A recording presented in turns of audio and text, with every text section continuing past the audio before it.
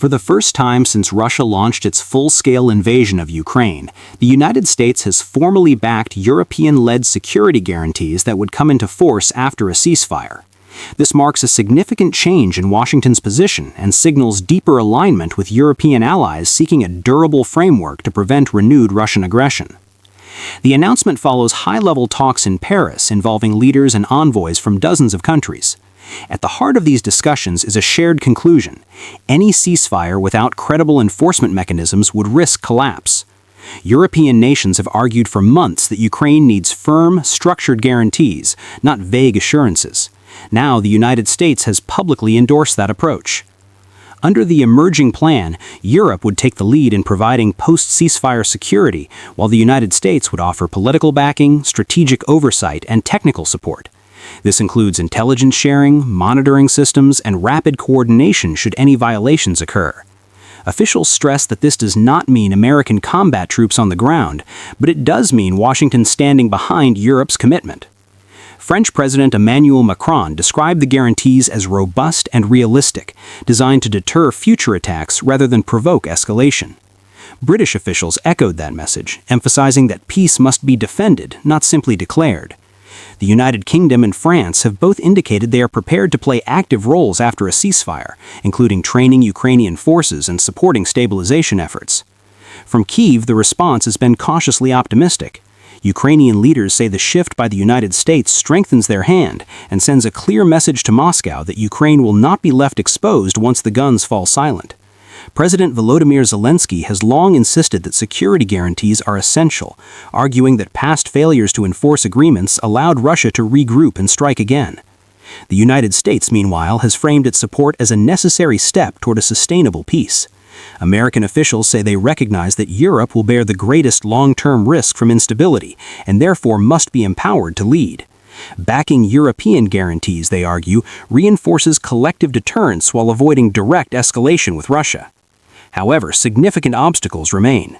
Russia has yet to respond positively to the proposal and continues to demand limits on Ukraine's future military and political alignment.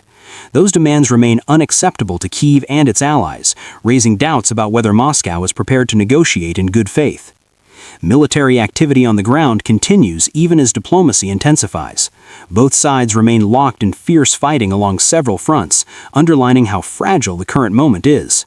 Analysts warn that without sustained pressure and unity among Ukraine's partners, momentum toward a ceasefire could quickly fade. Still, tonight's development is widely seen as a turning point. By backing European security guarantees, the United States has moved from cautious distance to explicit endorsement. It sends a message not only to Ukraine, but to Russia and the wider world. Any future peace in Ukraine will be actively defended. The coming weeks will test whether this diplomatic breakthrough can translate into concrete agreements. For now, the signal is clear. Europe is stepping forward, America is standing behind it, and Ukraine's security is no longer being discussed as a temporary concern, but as a long-term commitment. That is the latest on the war in Ukraine. We will continue to follow these developments closely. Good night. Diplomats involved in the talks say this moment reflects lessons learned from earlier phases of the conflict. Previous agreements failed, they argue, because enforcement was weak and consequences unclear.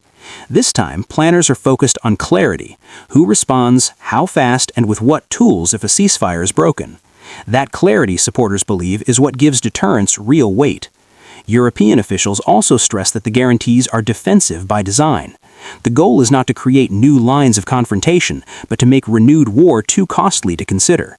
Economic measures, coordinated sanctions, military assistance, and diplomatic isolation are all being discussed as part of an integrated response system.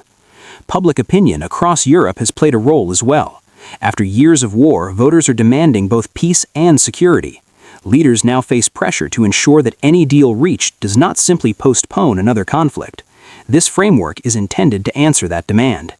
In Washington, the shift has sparked debate, but senior figures argue the cost of inaction would be higher. A failed ceasefire, they warned, would undermine global credibility and embolden other aggressors. Supporting Europe, in this view, is an investment in long-term stability. For Ukraine, the stakes could not be higher. The country is fighting not only for territory, but for guarantees that its future will not be decided by force. Tonight's development does not end the war, but it reshapes the conversation about how it might end.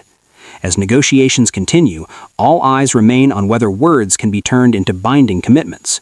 History suggests that peace is hardest to secure after the fighting stops.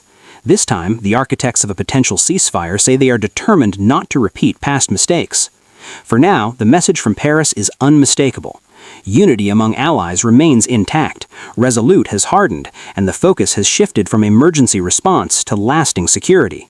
Whether this approach succeeds will depend on discipline, coordination, and the willingness to enforce red lines. This is not the end of the story. It may, however, be the beginning of a different chapter.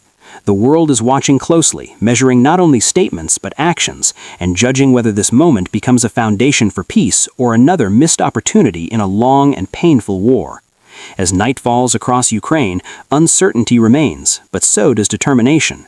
The coming days will reveal whether diplomacy can finally slow the guns and open a path toward stability. Until then, allies say their message is simple.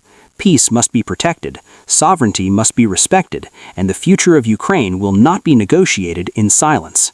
This briefing reflects a moment of decision, one that may shape Europe's security order for a generation to come.